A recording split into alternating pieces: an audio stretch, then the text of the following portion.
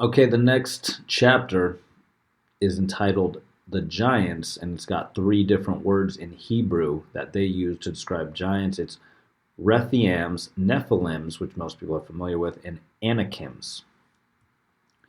When we told you the story of Adams, we also said that at some point of the cohabitation with the Anunnaki, the latter developed a liking for earthly females, which they found pleasant and desirable. We are now entering an issue that has always stirred confusion in the official commentators, a topic that traditional religion tends to forget or to interpret in allegorical and metaphorical sense. We understand that for the supporters of a religion that considers this matter quote unquote sinful, especially with sex, it is not easy to accept the real meaning of what Genesis says in chapter 6. After the creation of Adam and Kawa, Genesis tells us the story of expulsion from Eden, home of the righteous, home of the guardians, and introduces the rich and detailed genealogy of the first couple's descendants, starting from Seth, generated after Abel's death, and the banishment of Cain, Seth, Enos, Canaan, Malachi, Jared, Enoch, Methuselah, Lamech, Noah, and the flood. It is said also that Seth was generated by Adam with his image and resemblance. Might this be a way to suggest that also this child has been obtained through an extraordinary operation? The text does not specify this, but says that after having had more sons and daughters, Adam dies at the age of 930 years. However, this age should not be a surprise according to our theory that he was a direct product of the graft of genetic material from the Anunnaki, Elohims. We can assume that in him, as in all subsequent antediluvian patriarchs, there was also the feature of longevity handed down by his creators. It must be said that the Elohims discuss this matter and then decide to shorten Adam's age. The Revised Standard Version of Genesis chapter 6 verse 3 shows the divinity's decision, which says, "My spirit shall not strive forever with man, he being flesh, his time will be 120 years." Later on in Genesis chapter 6, 1 through 8, it says that Adam, the earthly, started breeding on the earth's surface, and that, of course, also had some daughters. Most of the Anunnaki who had landed on the planet to work were likely to be males, with the females of that species were scarce, or while the female of the species were scarce. It is not difficult to imagine that the natural needs and maybe even the desire to give a new stability to their life, which was now entirely spent on this planet, should have aroused the attention of these individuals towards the new female creatures. It must have been so, and indeed likely happened quite naturally. The editors of Genesis tells us the Elohim's sons saw that Adam's daughters were beautiful, in parentheses good, and amidst all, they took for them the women they chose. And it's also got the Hebrew translations up here. All amidst, through, female, women, them, for, chose, who, those, all in Hebrew. Meanwhile, we point out the term tovat is usually translated as beautiful, but it also means capable, suitable. The opposite is used, for example, in the common saying good for nothing, meaning incompetent, unfit. While these women clearly appeared good, that is appropriate to establish relationships, the setting of females, in other words, suitable for practicing sexual intercourse and subsequent reproduction. Then the text continues by telling us the anger and the sorrow of quote unquote God, who, seeing this barbarity, decides to erase humanity from the earth's face. He is the full passage, or excuse me, here is the full passage from the settled Bible.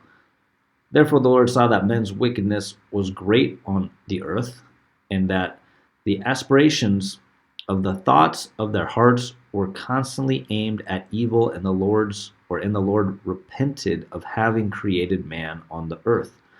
He complained in his heart and said, I will destroy man whom I have created from the surface of the ground, man along with the animals, creeping things, and birds of the sky, for I am sorry that I have made them.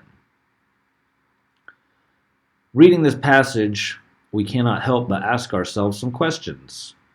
Could this omniscient God not predict what would have happened?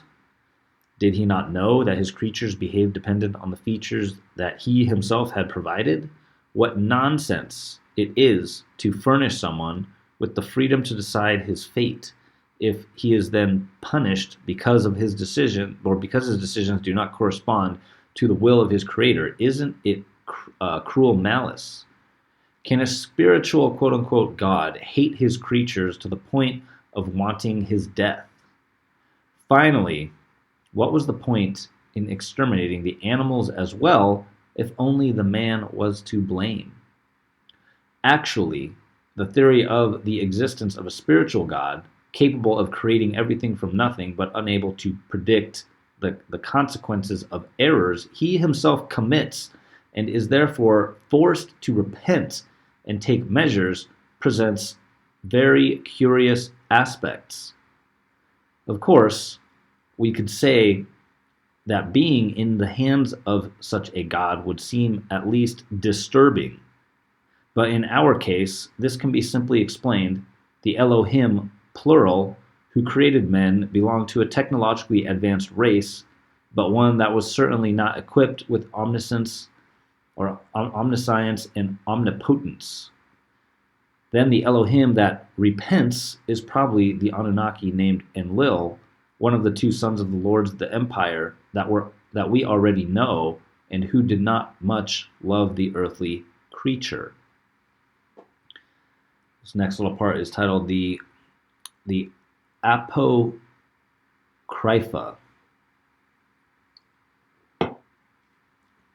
We find the same story in one of the most famous Old Testament's apocryphal, I think I'm pronouncing that right, apocryphal texts.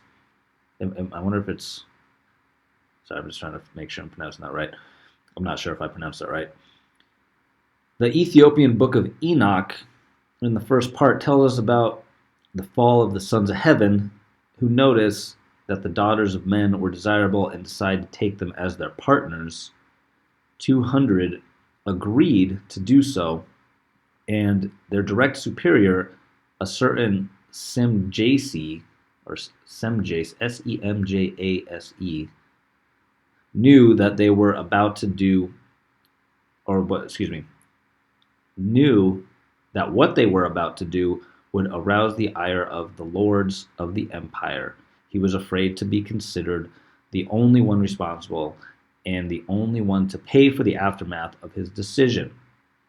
His fellows then decided to share the responsibility. They met on Mount Hermon, a mountain, massive location southeast of Antiloban, and vowed not to abandon the project and bring it to term with no afterthoughts. Thus they began to meet the earthly women to provide them with practical skills such as farming and plants and harvesting. Their use for therapeutic purpose, in other words, they taught them, the text says, the secrets of the beginning of time. They started to have sexual intercourse, generating giants who consumed human produce. Warned of what was going on, the Almighty decides to destroy mankind with the flood, but warns the son of Lamech to seek for shelter along with his descendants in order to guarantee the recovery of life on earth. It seems interesting to note that the Lord of the Empire says that the earth has been devastated due to secrets and mysteries that vigilantes had passed on to their children. The term vigilantes recalls both Netiru, the Egyptian guardians of the beginning of time, and the term Sumar, meaning guardians, land. At this point, the Genesis editor interrupts the narration's main flow to include a kind of annotation, a sort of time contextualization, almost a reminder for those who were aware of the events, and with a very colloquial expression. Verse 4 says, and again we got some more words in Hebrew here, days in the earth, the on were the Nephilims, that, this, so after, even, and those Elohims. Of children entered, birth given, had, and, Adam the, of daughters through, heroes valiant, strong, the, they, thereto, famous name the of men, ever since that. So those are all the Hebrew words that are constructed in the next verse here. We're going to read the actual verse. The Nephilims were on the earth in those days, and even so after that, the Elohim's children had entered the Adam's daughters and had given birth to their, Elohim's, strong sons, valiant heroes, that since ever were men of name, in parentheses, famous. The text presents a lack of clarity with which the editor describes this passage.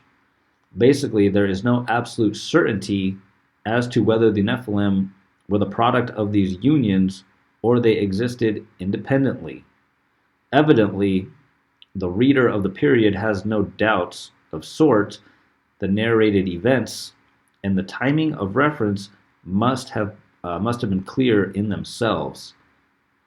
It then was a mere reference to something known and thus did not require further explanation. The record is even more challenging if one considers that the problem does not concern only the timing, were they already there, or were they already there, or were they the product of the unions, but also the very meaning of the word Nephilim.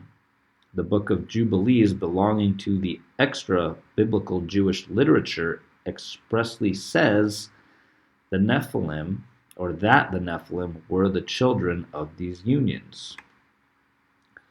Also, the Romanized Jewish writer Titus Flavius Josephus speaks of the event, or of this event, in which the book, in his book Jewish Antiquities, where he writes that the angels of God met the earthly women, and wicked children were born, proud, arrogant, and confident only in their power. This confirms that they had all those characteristics, but they had all those characteristics that the Greeks would attribute to giants, but the explanation may be still different. Then again, it's shown us the Hebrew word for Nephilim. Traditionally, this term is translated as giants, as in the Greek version, as in the Greek version of 70, which expressly refers to gigantes, Gigantes, or gigantes. However, the Hebrew root of the word, or of the verb nephil, hence the term Nephilim, means to fall, to come down, to descend, or also, by extension, decay. Thus, the quoted verse could, in parentheses should, be more correctly translated with the following meaning: at the time on earth there were those who had fallen descended. In these terms, the problem of interpretation would disappear, because as it is not about giants, it would neither be necessary to determine their origins nor whether they were the product of the new unions or not. So very simply, the Bible tells us that in those days, those who descended from heaven still lived on earth. Another possible interpretation might suggest that these beings who had come from the sky made improper matches, producing a bastardization of the original purity. In this case, it would be about decayed individuals in the word of the aforementioned Ethiopian Book of Enoch, bastardized beings contaminated by these improper unions, corrupted, perverse, unclean, addicted to fornication, wicked, prostitutes, children. And even in modern times, we speak of fallen, decayed nobility, but the issue widens because the concept of giants is found in other passages of the Bible where they are described with other names, and it's given us the different Hebrew translations of these other names describing giants: Anakim, Rephaim, or Rephaim, Emim, Zamzummim. Chapter 13 of the book of Numbers, the fourth Old Testament text, states that Moses sends some explorers or scouts to the promised land. The people were still in the desert of Paran, and the conquest of Canaan required careful planning. It was necessary to know characteristics of the city, including both its location and defense capability, but also to know if its people who inhabited it were numerous or scarce. In short, even though it was considered to be a land promised by quote-unquote God, Moses knew that it had to be conquered with weapons using prudent and well-planned strategies. God was certainly powerful, but not omnipotent, and Moses knew this. He was also aware that the goal was to be achieved by counting on his people's own strength. He therefore sent out scouts to acquire the necessary information. After 40 days, they come back bringing information and local products. They reported that the land was actually very attractive, but it was inhabited by strong and aggressive people. Some of his people even claimed that this was an impossible expedition, as stated in chapter 13, verse 28 of the book of Numbers. And then it's given us more Hebrew translations down here of the words, there we saw Anak, the, from born to and.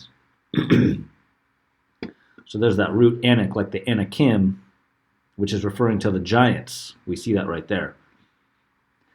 And there we saw the one born from Anak. So over here, when it's referring to how when Moses sent in the scouts and they said that the people were strong and aggressive, they might have been describing the Anunnaki Nephilim giants. Maybe that's what they're describing here. Okay, let's continue reading. The scouts made a list of the various people they met, but felt it necessary to point out with the special emphasis that they also saw the sons of Anak, namely the Anakites. Why? They clearly explain it by saying that they thoroughly observed the land to conquer. In Numbers 13, verse 32 through 33. Okay, and it's got a whole bunch more translations in Hebrew right here. I'm not going to read through all of them, but again, it's more references to the Nephilim, the Anak, the Anakim, the giants, the strong and aggressive people. And then over here, they're giving us all the translations, the different words, and they're reconstructing it into the translations in the Bible here. So let's keep reading. It says, among all the people we saw men of stature, and there we saw the Nephilims, children of Anak, compared to the Nephilims in our eyes.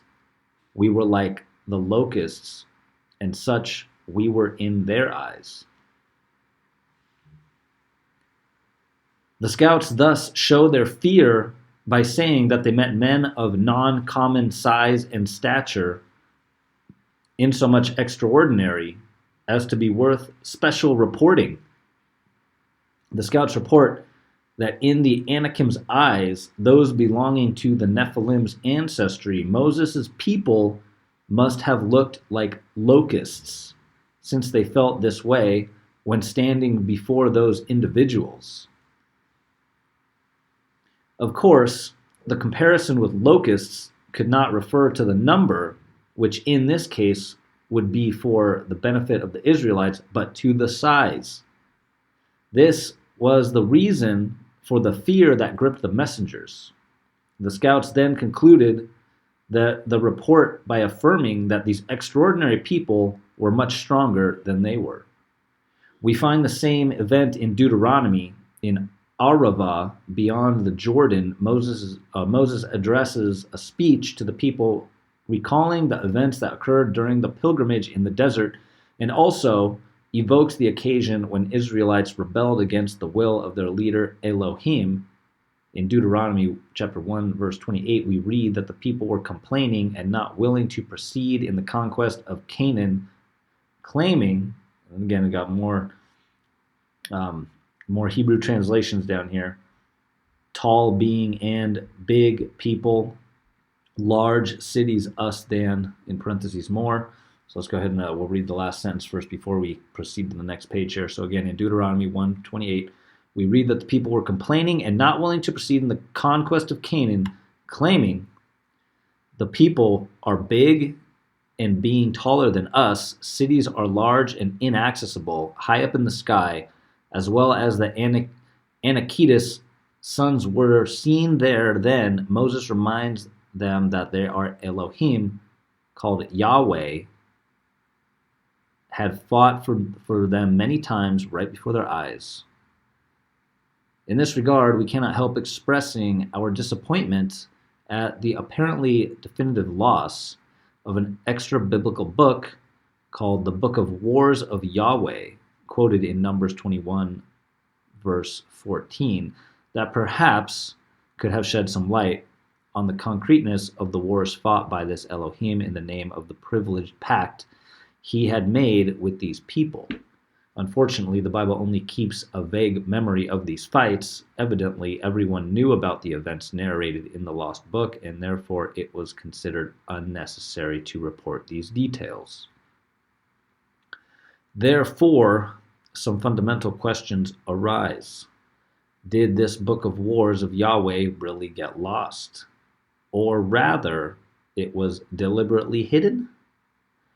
Is it likely to have been preserved by those who could not allow such precise narration to further question the spirituality of a God who was artificially created? It's a very good question. Very obvious to me.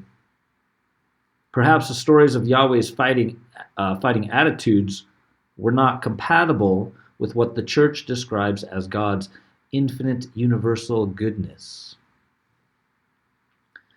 You know, that was always really obvious to me. I remember reading like the Old Testament, and it's all the God is just like wants to kill everyone and conquer everyone and rape and pillage. It's a complete contradictory of the traditional teachings of Christianity, which is always very obvious to me. I don't understand why so many people don't get this. Like their brains are just so freaking small, their pineal glands are so polluted they can't see within a 10-foot freaking radius around them. In the ancient land corresponding, there's a title here. It says Yahweh only for the Jews with a question mark. In the ancient land corresponding to the current Lebanon and Syria, before the onset of the Jews in Palestine, had developed a civilization known as the Ugaritic culture, named after the city of Ugarit, or Ugarit. Its most important urban center. The city corresponds to the current Ras Shamra, located on the Mediterranean Sea. The Ugaritic culture produced the Ostraka Sumeric bowls carrying auspicious scriptures found by archaeologists. On some of them, addressed to travelers who were about to go south, one reads, "May Yahweh of Teman and his Asherah accompany you." In these apparently banal writings, there are in fact two amazing keys. First, the Ugaritic culture knew Yahweh as the quote-unquote Lord of Teman or Teman, the Semitic term for south, and it's known that Israel and the Sinai are located south to Lebanon and Syria. So travels southward were entrusted to the protection of the Elohims ruling over those territories. But also says that the Elohim called Yahweh had an Asherah that means a quote-unquote partner, a description that perfectly matches with the figure of the Anunnaki, who had shared the territories on which they ruled with their wives. In addition, the name Yahweh is used by people in the territory of southern Palestine, in parentheses it says Sinai and Negev, during 3000 and 2000 BCE in the forms Yah, Yah, Yahu, and Yah with a Y-A-H. This Elohim, therefore, was a ruler, in parentheses God, locally known and adored. Several inscriptions with the tetragrammaton of Yahweh, in parentheses YHWH, and with the writing Yarad, which means descent, belongs to the period long before Moses and the Jews' exodus. Yet Yared is the name of the patriarch born in the days when there was the descent. In Deuteronomy 2 verse 9, Moses continues the story by listing the orders received by Yahweh. In particular, they must not fight against Moab, because the children of Lot, Abraham's nephew, had already taken over the land of Ar. And he says that in the land of Ar, in chapter 2 verse 10, the Emims dwelt therein in times past, a great people and many, and tall as the Anakims. Who were those? And then it says, it asks the question, who were those Emims? And then it's got more Hebrew words and their translations. The Emims, and then again more Hebrew words describing the Emims, which are very and big people. Anakiti, the like, tall being, and they also considered were, in parentheses, giants, Rephaims. The Emims were tall and therefore considered children of the giants of Anak, of Nephilim's ancestry. The word Emim itself means terrible. Moses recognizes the objective difficulties of the situation, but urges his people not to be afraid because his Elohim will fight before him and destroy the enemies, referencing Deuteronomy chapter 9, verse 2-3, even if they are big and tall people that Israelites know and of whom they heard about, who will resist before the children of Anak. More Hebrew translations describing these people, tall being and big people, Anak, of children, the face of faces, the before, resist, will, and who. So Anakiti, Rephaim, and Emim are always paralleled, identified with each other, and thus all considered to be of Nephilim's ancestry, tall beings descended or fallen from above. There's a whole bunch of researchers, including David Wilcock, you might have heard of him, but he's talking about how the Smithsonian has been covering up the discoveries of these Nephilim skeletons that are found all over the Americas. They're found all over the place, especially around like the Grand Canyon, around Nevada, Arizona. There's these Nephilim giant skeletons found with red hair, and there's a big cover-up. The Smithsonian, anytime they find these things, they take all the evidence, they cover up the archaeological sites, and then they go and supposedly they either hide all these skeletons somewhere. David Wilcock says that they are dumping them in the Pacific Ocean, but they're trying to cover up all of this history. All right, let's continue. These were powerful, strong, and terrifying individuals whose supposed invincibility induced the people of Israel to give up on any conquest. But the book of Deuteronomy also recalls the name and size of these Rephaims. Chapter 3 continues a summary of the long war fought to conquer the territory of Canaan, a war that lasted for many decades. The text tells of the conquest Of the cities of the plateau, the whole of the Gilead and Bashan in the kingdom of Og. Verse 11 reads, Indeed, only Og lived, in parentheses, survived among the Rephaims. There was his bed, a bed of iron, 9 cubits long and 4 cubits wide. And then we got, again, a bunch of translations, Hebrew words.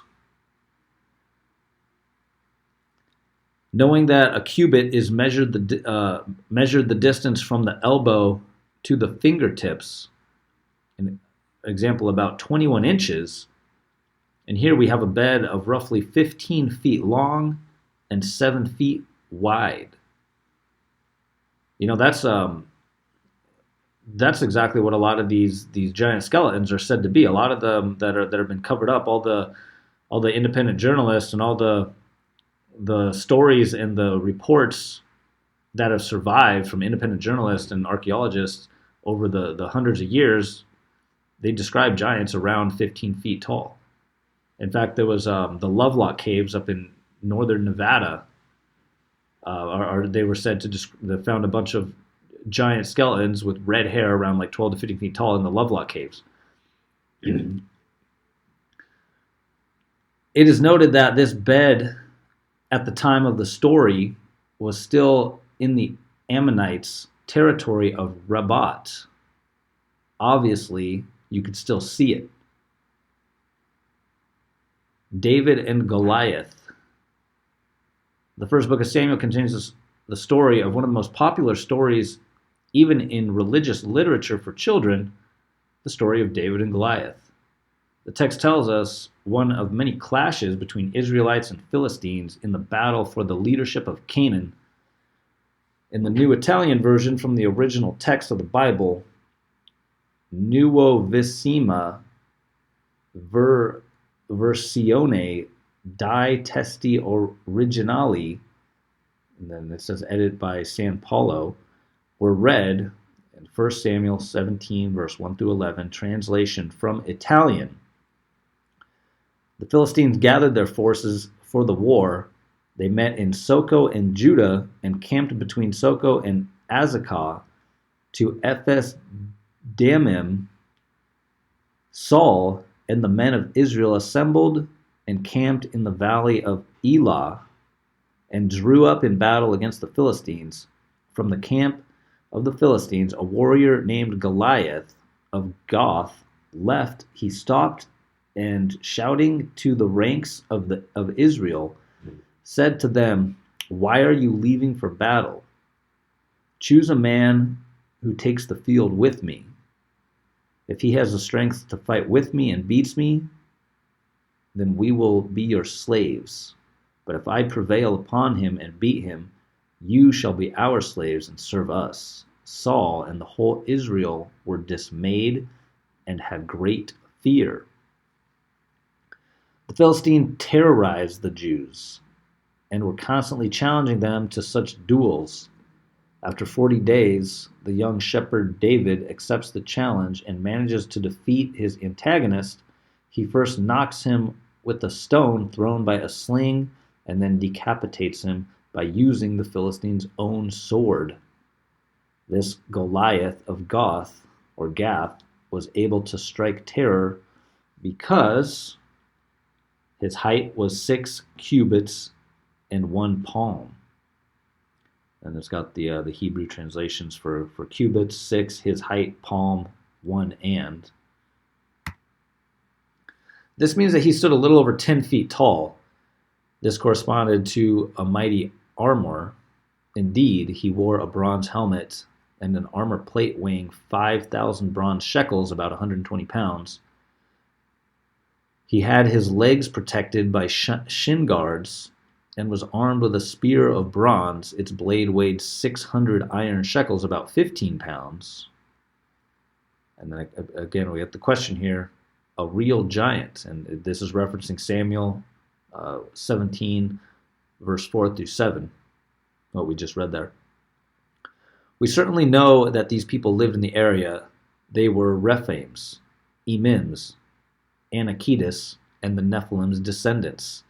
So we have biblical evidence telling us about the physical characteristics and exceptional individuals whose presence provoked astonishment and terror. But what does the official science know about these people? Next little section is entitled Archaeology in Israel. Excavations on the banks of the Jordan River, and generally throughout the area, have uncovered that, at least since the 4th millennium BC, they were ruled by strong races that produced a megalithic civilization capable of building huge cyclopean buildings. Think of the incredible site of Baalbek in the valley of Bekaa, Lebanon, where monoliths were moved weighing hundreds of tons each. The same archaeological records show that these people were gradually supplanted by the new occupants. The Anakites, in parentheses, long-necked men, occupied the land of Hebron and the region that would later be conquered by the tribe of Judah. 3 leaders worth mentioning are Ahiman, Sisei, and Talmai. They had Aramaic origins and were defeated by Caleb, to whom the city of Hebron surrendered. They were destroyed by Joshua, leaving their traces in Gaza, Ashdod, and Gath. Gath is giant Goliath's city. Maybe it's not just a coincidence. Rephaims, and in parentheses, the race to which Og belonged, occupied Ammon, Transjordan, in parentheses it says, Transjordan, from Mount Hermon down to Ammon along with the Anakites. They were defeated by Joshua during the wars for conquest. David would later fight against some of them who were living in the West Bank, in parentheses, see Samuel 21, 15 through 20, chapter 21, 15 through 21. They also lived in Gilead, where they were destroyed by the Amorites. The Zamzumims also belonged to the Rephaims race, living in the region of Ammon, and were defeated by the Ammonites, which took over their territory. The Zamzumims, like the Anakiti, were described in Deuteronomy chapter 2, verse 20 through 23 as quote-unquote tall people. The name Rephaim was already quoted in the Canaanite stories before the Jewish conquest. The etymology or origin of the name Rephaim is uncertain. Some say the name refers to the concept of healing pertaining to the root Rapha. The fact that the Anunnaki held a special medical knowledge is a fundamental assumption for the system of hypothesis that we were discussing here. It is curious to note that the term Rephaim also indicated the inhabitants of the Sheol, the other world, in parentheses it says the other world, the world beyond. Can we assume a link with the memory of these individuals' ancestors coming from another world, one that is concrete and not imaginary? Finally, the Emims lived in the territory of Moab, southeast of the Dead Sea. The Moabites themselves gave the name Emim to distinguish between them and the Rephaim. According to Genesis 14:5, the Emims were defeated by Chedorlaomer and his allies in the plain of Kiriataim. The city was destroyed and then rebuilt by the tribe of Reuben. And then parentheses says, see Numbers 32, verse 37, and Joshua 13, verse 9. The names of these peoples also show in geographical correspondence with the Rephaim Valley, which is identified with the plains of El Bekaa, southwest of Jerusalem. And the next part is entitled Several Evidence.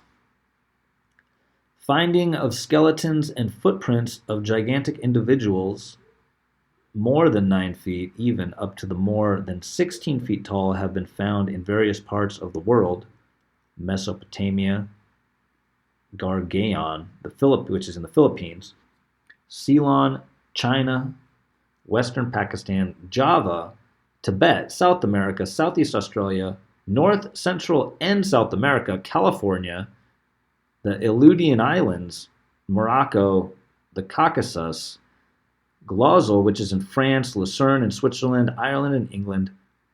Some archaeological finds recall the size of Goliath's weapons. In Morocco, they actually found some tools suitable only for individuals at least 13 feet tall. In China, they have unearthed 500 double-feathered axes weighing over 17 pounds each. Even the historian Herodotus, in his histories, tells us of the discovery of giants about over 10 feet tall. From these many sources from all over the world, here exists, for the free thinker, free from prejudice, proof of the real existence of an ancient race of giants. Okay, the next part is entitled Angels with a question mark, and it shows us the Hebrew word for angels. So we're gonna stop the video right now, and we'll continue this next part in a separate upload.